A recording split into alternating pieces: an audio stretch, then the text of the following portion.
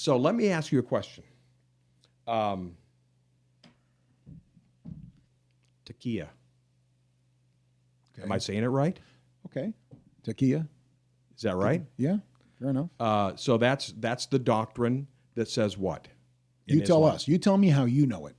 Okay, I know it as when it is necessary, deemed necessary, that it is permissible for a Muslim to not tell the truth. And this is this one word. And now again, I'm coming at this from a different angle, and I'm not painting you with any brush here at all. Please understand. But I know that many in my community know about taqiyya. They probably don't know the word, but they understand the concept that, oh, well, Muslims, they lie. They can lie whenever they want to, whenever it's convenient. So even the Muslim, remember there was a time when you and I, we did an interview at the Bakersfield Californian here in town with Dr. Stafford Betty. Right, remember him? Yeah, I do remember him. Yeah, and he opened up with, before you were on the air, when I was interviewing him, he went off on this concept and said, we cannot trust what any Muslims are saying. We cannot, we do not see their true face. And I know you remember that very well because you had a very visceral reaction. This is my true face, right? I know, yes. The one thing you've told me is you don't like being called a what? A liar. You don't like being called a liar. So tell me about this concept, this doctrine. Well, let's just talk about lying in Islam. But No. But I'll talk to me about taqiyya because it is a it is a mainstream doctrine within Islam. Yes or no? No, you're misunderstanding completely. But let's go ahead and get into it. You want me to go ahead and answer the question? Sure. Okay. So first and foremost, am I offended by being called a liar? The Prophet Muhammad, peace be upon him, said an alcoholic can be a believer.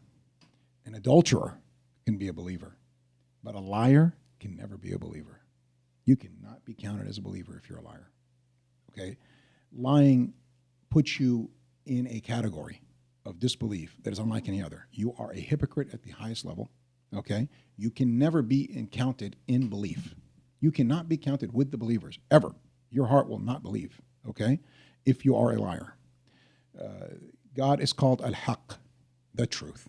Period. End of story. Okay? Muhammad's name before he was a prophet was Al-Amin as-Siddiq, which means the trustworthy, the truthful.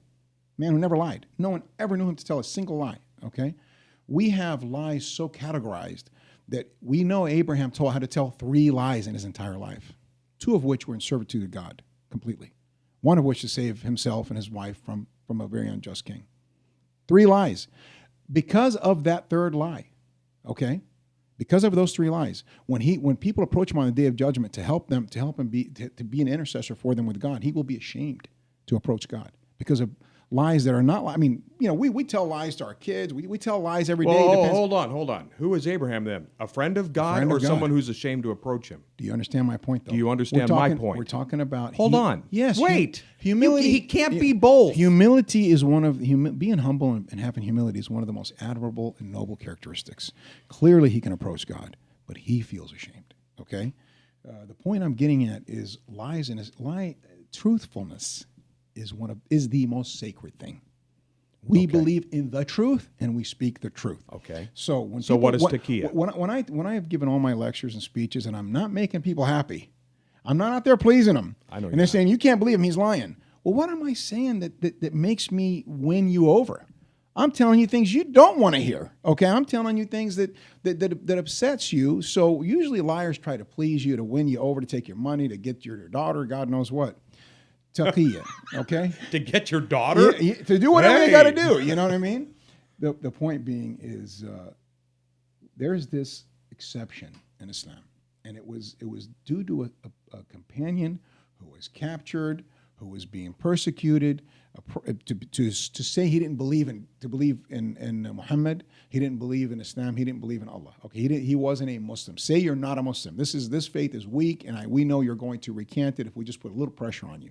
So they put some pressure on him, and at some point he broke. He just couldn't tolerate the torture. Okay, and he came back very disappointed in himself. He felt like that's it. He was a non-believer because he could not hold on and say he was a Muslim or that he believed in God and Muhammad and the Prophet Muhammad, and because of that he was ashamed of himself. And verses were revealed that said that if you are being oppressed and somebody is threatening to take your life, okay, and you say you don't believe, there is no blame on you. There is no blame on you in that circumstance. You were being forced by torture, so don't feel guilty. I don't count it. I know it was in your heart. Your heart is you still believed, okay?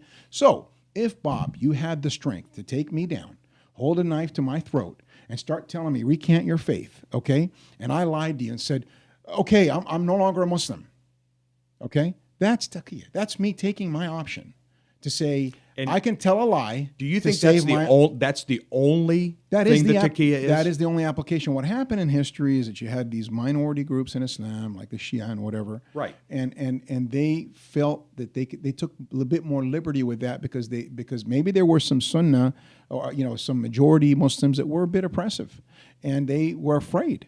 And Jews have taken this same approach where they hid their faith for fear of Christians. And Christians have taken this approach, hid their faith for fear of larger groups. No, wait a minute. No.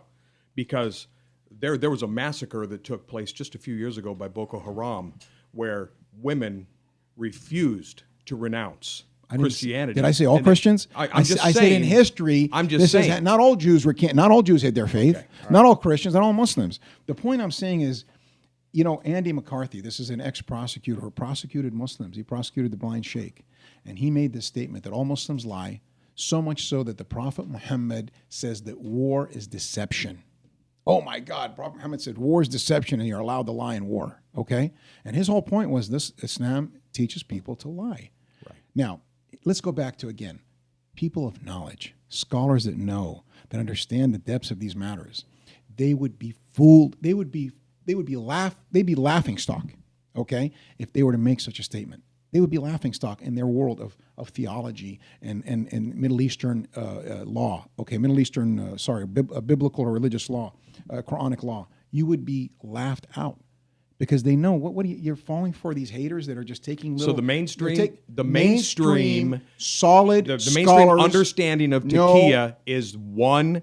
Only when your life is being threatened. Absolutely. That's it. This is it. When you feel you're being threatened and you're being oppressed, I mean, they have power to hurt you, okay?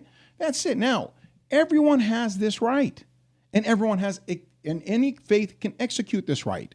You can lie in Christianity to save your skin, okay? You can lie in Judaism. You can lie in Islam if you're being persecuted at that level. Now, is war deception? Are you allowed to lie in war? Was Andy McCarthy right to say that the Muslims lie because the Prophet Muhammad said war is deception, you can lie in war? Now, I'll ask you that question. Is war deception? Of course it is. Thank you. So when he said this on Fox News and didn't get challenged, and they just let it go as if the Muslims, they are liars because the Prophet Muhammad said war is deception. What was he on again? If he was on the Fox News. But my point is, that is a news outlet. Yes. He is an ex-prosecutor who actually put Muslims in jail. Understand. Who believes unequivocally that we lie and we're taught to lie. And the Quran teaches us and the Prophet Muhammad teaches us to lie because war is deception. And Muhammad said war is deception. The point is, could you imagine a general telling the other side, the United States general telling the other side where we're going to come from, how many ships we have, how many soldiers? That's not taqiyya, though. The point is, it's lying. Right. See, there are exceptions for lies. Let me ask you another question. Telling the truth is the most admirable trait there is in Islam. Okay? Number one, the head of the matter is being truthful. If you want to be the most honorable, be the most truthful. Don't think I can't get you on the ground, by the way. Go for it. I heard what you said. Okay.